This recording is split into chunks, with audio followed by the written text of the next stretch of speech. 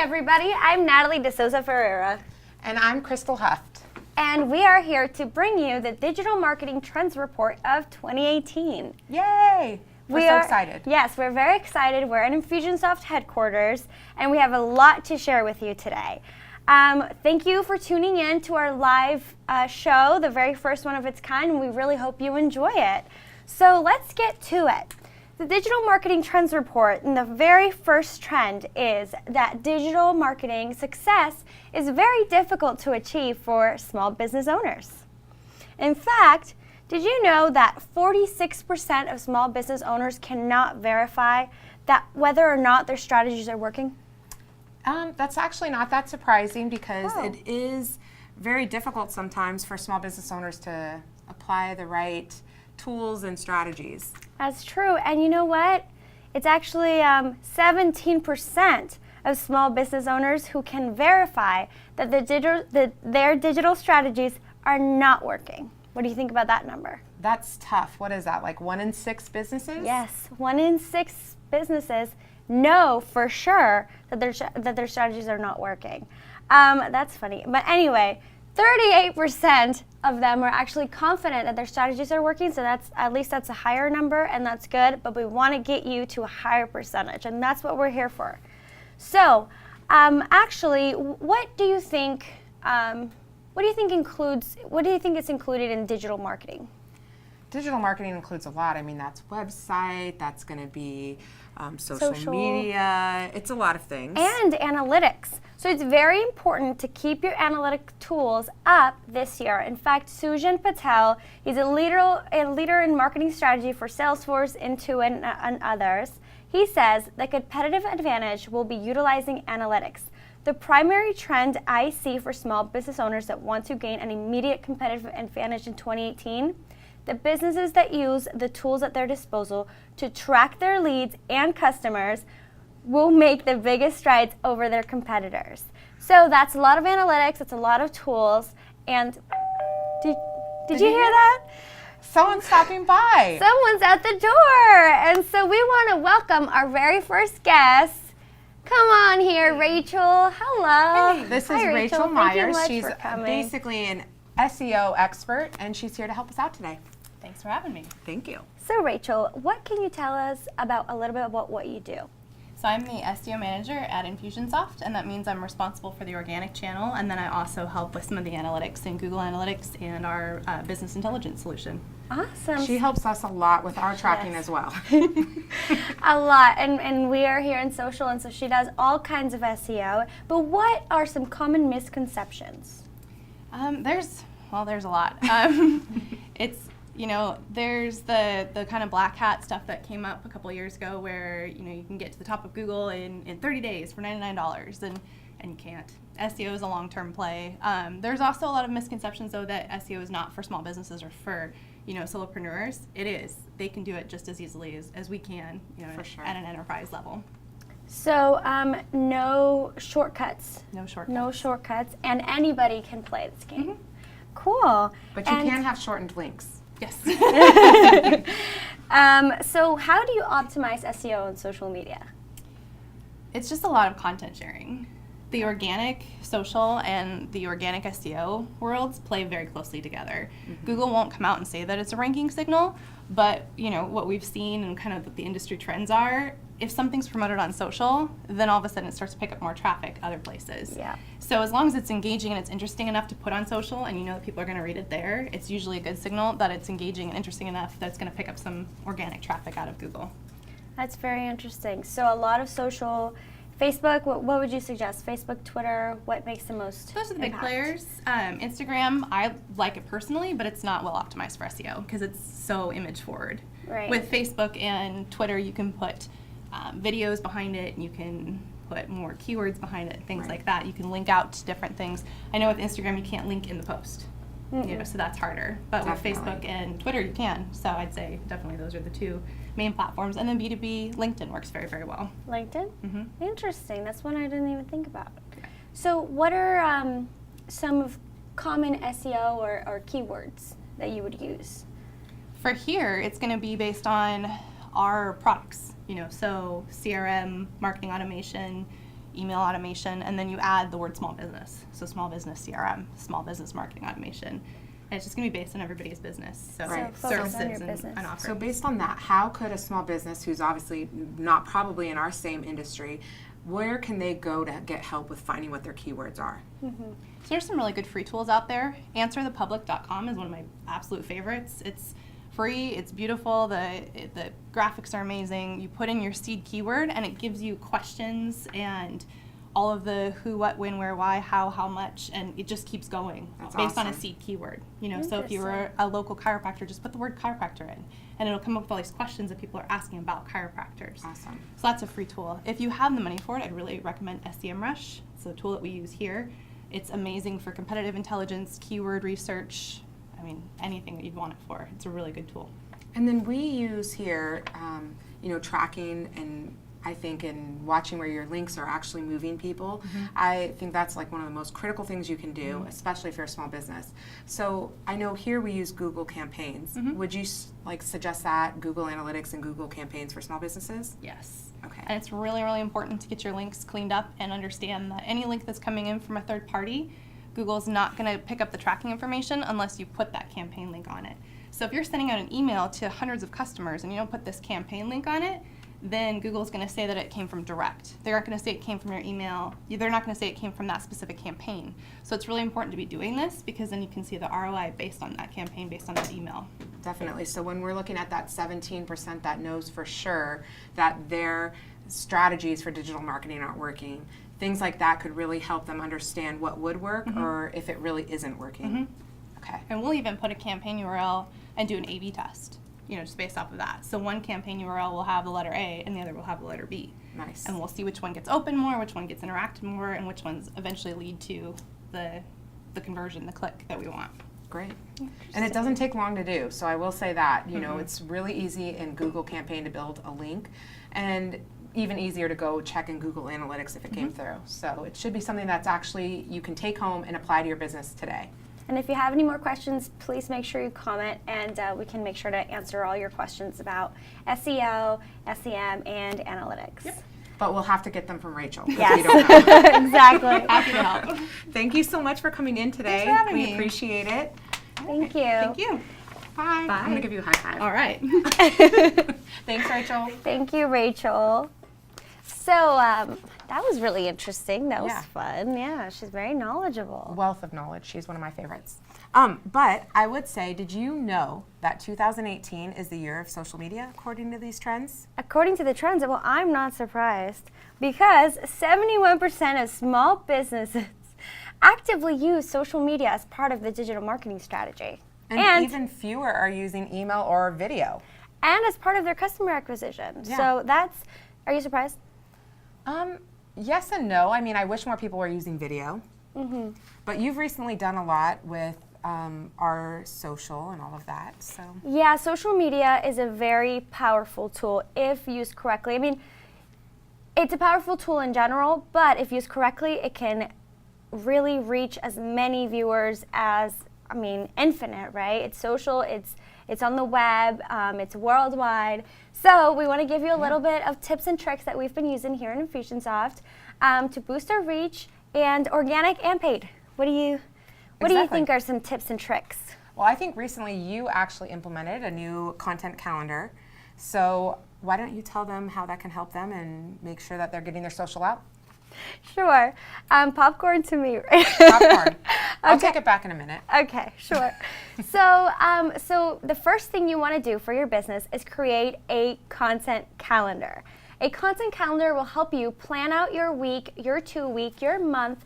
That way you know exactly what's going out each day. You're well organized and you save time.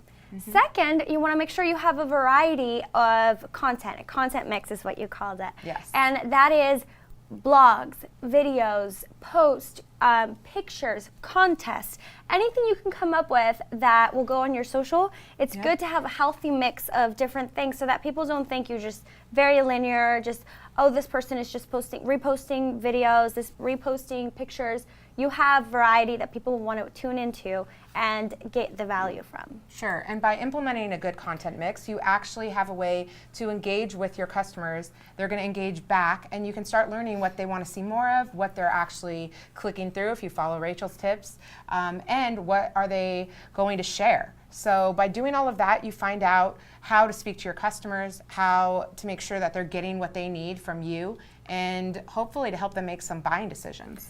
And most importantly, you have to have a value proposition. So you have your business or your service, right? You have your product. But aside from that, you want to have a good value proposition for people to come back to your social. And that is, if you're, for example, a realtor, you want to be sharing not just pictures of your listings, but pictures of amazing ideas on how to decorate your house. And so pictures of different houses and layouts. And that way you're giving people not just what you sell, but also ideas. And then you become more valuable as a business for people to come back to your social. Sure.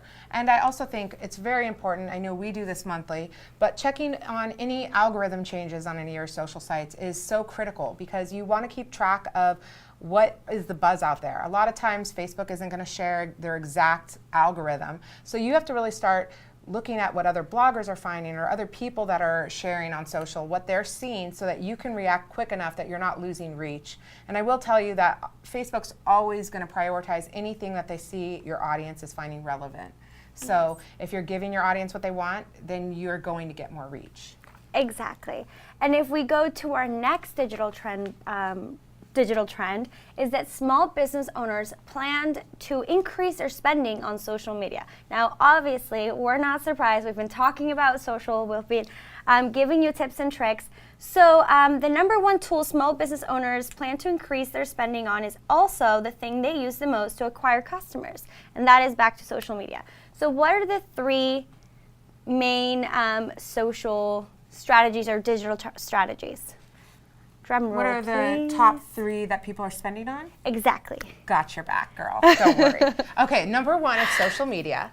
Number 2 is going to be SEO and digital marketing. And number 3 are website analytics, which makes sense because it sounds like those are some of the things that small businesses are really struggling to do on their own. So it makes sense for putting that money there. But you know what's surprising? Is another trend in the Digital Trends Report, this actually surprises me because of the last one, is that over a quarter of small business owners will try to get by without spending more. So if they're not spending more, where are they allocating their money? Well, clearly more on social, Right. but where are they taking the money from is what we want to know. I do want to know. So if you have the answer, please post it in the comments because I'm dying to know where you're cutting from to keep that budget level. Exactly. Wait a minute, did you hear that? Oh my gosh, it's the doorbell. Here comes our guest, Ben Snedeker. Hey, Ben. Hey guys. Hey, how are you? Hello. Thank you for Nice to coming. see you. Nice Thank to Please you. sit down, have a seat. Thanks. So, how are you today? I'm fine, thanks. And can you please tell our audience, what do you do here at Infusionsoft? Well, I'm the manager of content, and that's why I've got the sunglasses on. No, very Most days bougie. they're rose colored, aren't they? Yeah, very rosy, I believe it. very rosy. Like rosy cheeks. Yes. So some of the stuff I do here, I just kind of make sure that we've got a steady supply of interesting content, anything from blog posts to ebooks to video, To this vlog, right? podcast to this vlog. So tell me, how can small businesses tackle content when they're shorter on time? Well, there's a lot of different ways to produce content. There's high production video that takes a lot of money and time and expertise. But there's also very inexpensive content that you can do on an iPhone. So I would recommend if you're short on cash and short on time and also short on expertise, you just make use of that iPhone in your pocket. Definitely. And you can do all kinds of stuff with video. Obviously, there's things you can do on social. There's things you can take a video to a conference or take your phone to a conference and get a video, just of a quick interview with somebody. And you've seen this on anywhere from LinkedIn to whatever, blog posts you follow, people interviewing people on the street, On the spot. on the spot, Live. 30 seconds with their iPhone. It's a lot of fun and it's very popular. So why do you think small businesses are aiming more to social and digital in 2018? What's your takeaway? Well, I mean, it's an interesting question because honestly, I think it has a lot to do with the fact that people are just hearing that social's the place to be. I'm not totally convinced that everyone's doing it because they have a phenomenal strategy behind it, but actually they just know that I can really connect with people on social in a way that doesn't exist anywhere else. So I think I should be there. I would venture to guess, especially based on the results of this report we did, that probably a lot of the people doing social, a lot of small businesses doing social, are not doing it well. They're just Right. doing it. You know what I mean? Right, and so what are some effective CTAs that you have come up with in the past that you could probably share with our viewers here? Effective CTAs? Calls to actions. So like, what have you used in the past? Yes. I know He you know knows. what that is, but I was What's a just CTA? explaining so that everybody knew CTA, Yes. call to action, Right. So, Effective Tips. CTAs. tricks. Well, this is like, okay, here's the thing. I think a CTA is a CTA is a CTA. Like, you get a lot of all different ways of saying click here. Right. You know what I mean? Read more. Right. But I think what is really compelling is why they would click. Mm-hmm. And I have to be honest, I think that let's just talk about quickly one piece of content that we produce, which is ebook content, long form, text copy. The ones that have done well, I suspect, and you're going to talk to another expert who can tell you the numbers better, but from like a gut point of view, I think the ones that people click on are the ones that are, they're clicking because the title basically explains the thing and makes it sound interesting all at once. Right. So, I mean, getting there is a little hard to do. It takes practice to sort of get the vibe for what people like, but not to be too cheeky and tricky and cool on one hand and not boring on the other. So like 100 social media tricks and tips is blasé, but like 100 tips and tricks that make you shine like a rock star sounds cool. It did both jobs at once. When can we expect that blog? We're waiting. Oh, well, I mean, we'll work on it. Blasé, that's a good Yeah. word to use. Thank you. Yeah, I really like that vocab. Okay, well, thank you so much for coming in, Ben. We'll You're let you welcome. get back to the beach. Thank you. Yeah, we're The jealous. beach or the cube, whichever. Thank you. Thank you Exactly. so much for joining us Thank you. today. Thank you. We will see you soon. Thank you. Yeah, it was a lot of fun. Respect. Yes. Bye. Bye. Bye, Ben. Bye. And you want to know something, Crystal? What? The biggest marketing challenge of 2018 is finding the time and the resources to do digital marketing. And that actually makes sense because if these trends are for small businesses, we already know that all of you guys out there, you small business owners, you're extremely busy. You're wearing 17 different hats, and finding time and the resources to do anything can be a real challenge based on just trying to keep the regular standard of business going. Not just the resources and the time, but then there's also where do they get the algorithm changes? How do they know if what they're posting, they have a good content mix and they have a good content calendar? Now, what happens when there's a dip in their reach in social? How do they know? You know? Well, I would say if you're noticing like 15 to 20% dip on all of your posts across the board for reach, probably means there's been an algorithm change. So if you don't have the time to do it every month like we do, when you notice that dip in your reach, go ahead and jump online and literally look up Facebook algorithm change or Facebook updates for January and see what you come up with. Read some blogs. Sometimes there's great YouTube videos out there that help you determine what's happening, and just use all of those to find that out. There's many resources available for you when it comes to algorithm changes, whether that's Twitter, Facebook, Instagram. I mean, a few just came out in January for Facebook and Instagram. So we really want you to get good reach. And once you get good reach, what do? Then you actually build a process for getting your digital marketing done. So Brian Anderson, the news editor at Demand Gen Report, observes that finding time and resources for marketing, being able to convert leads into sales, which of course you all want that, it's ultimately not a technology solution as much as it's a process solution. So Right. develop a process. It has to be worked into your everyday routine or your every week routine to make sure your digital marketing is getting done. You had some great tips about maybe looking to find the right people to help you with that if you're absolutely tapped out. Oh, right. So, for example, you could hire an intern, you could hire a student worker from your local high school or college.